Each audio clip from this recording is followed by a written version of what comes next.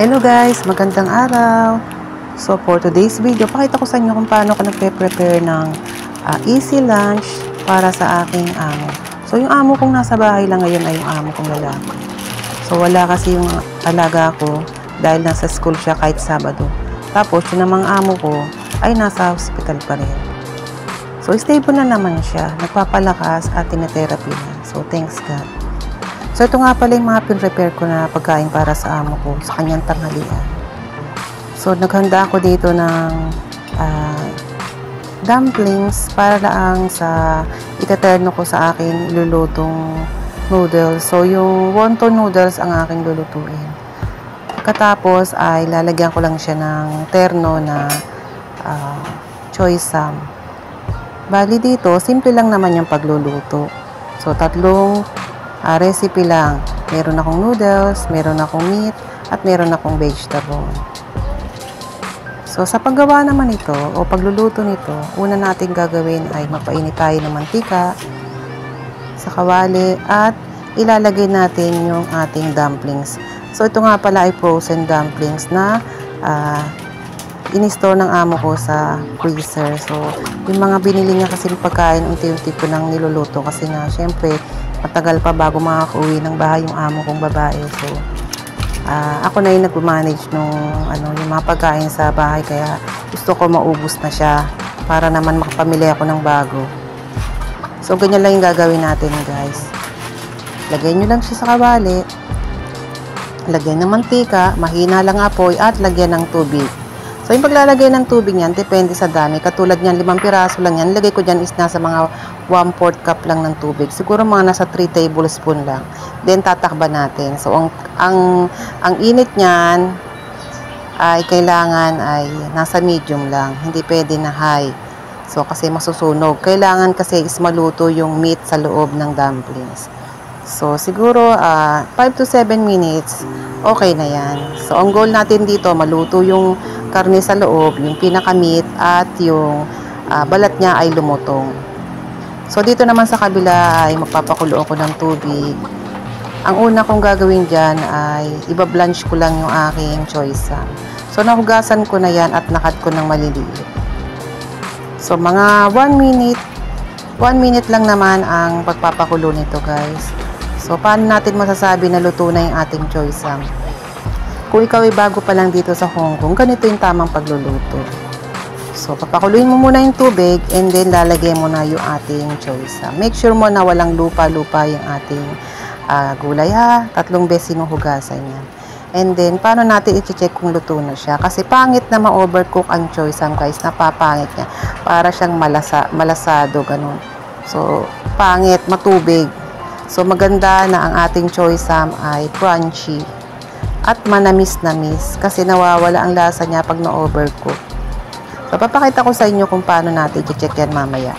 So, balikan natin itong ating nilulutong dim sum. Dim sum. So, dito ay dumpling.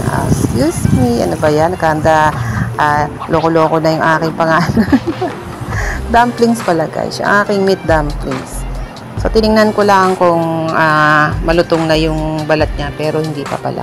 So, tinakban ko muna siya at hinayaan ko muna siya maprito. And then, ito, yan guys. Titignan nyo dito yung pinakatangkay niya. Pag nakita nyo yung tangkay niya is meron pang puti sa gitna, katulad niyan. So, hindi pa yan luto. Yung gitna niya, meron pang puti. So, kailangan magiging clear yan. Magiging clear yung kulay niya.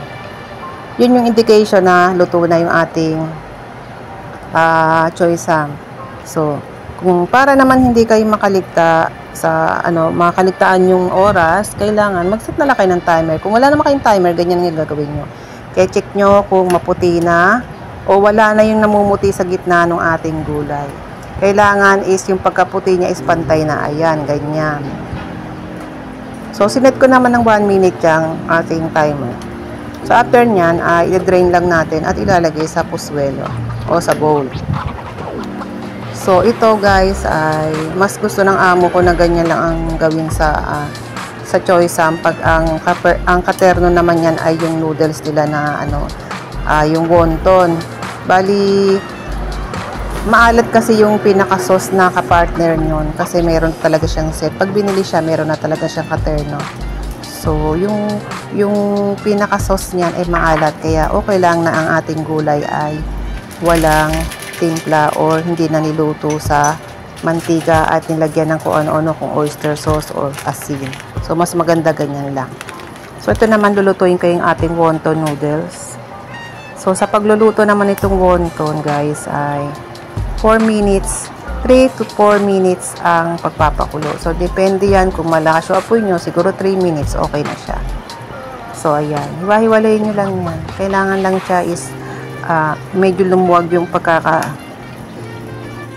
So, ayan, ganyan. Lulubog-lubog nyo lang siya para mawala yung pagkakabuhol ng ating wonton. Kasi nga is naka-bundle siya. So, ganyan. Ilulusan nyo lang siya. Lulubog-lubog nyo lang sa tubig. And then, make sure nyo yung oras nyo ay namamonitor nyo kasi nga pag sobra ng pakuluyan, pangit din. So, ito na, balik na tayo sa ating dumpling. So, nakita ko is medyo nagba-brownish na siya. So, yung kailangan yan is maging brown na brown yung ilalim niya kasi yun yung masasabi natin na malutong na yung kanyang balat. Tapos, yung kanyang loob na meat ay luto na. So, ayan guys. Lubog-lubog nyo ng ganyan.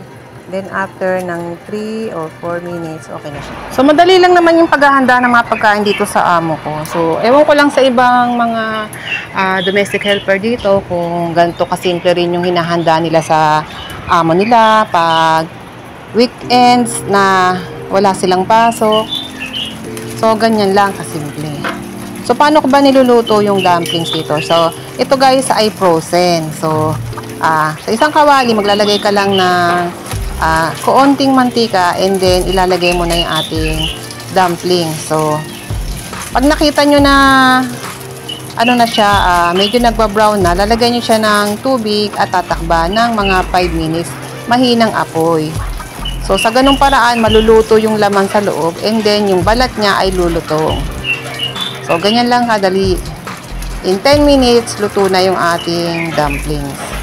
So, dito kasi naninikit yung kawali namin kasi ito actually malapit nang i-dispose ni amo. So, ayan guys. Ito na tayo sa ating piniprepare na noodles.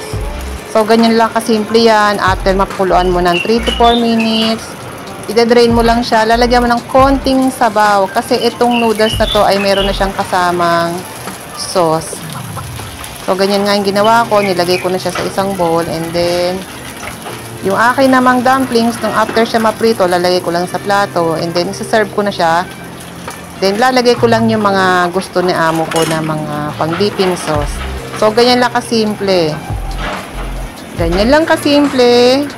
At ganyan lang kadali. Ayan. Ito nga pala yung sauce na kasama nito. So, ayan lang guys. I hope na nagustuhan nyo yung aking video for today na i-share ko sa inyo ngayon.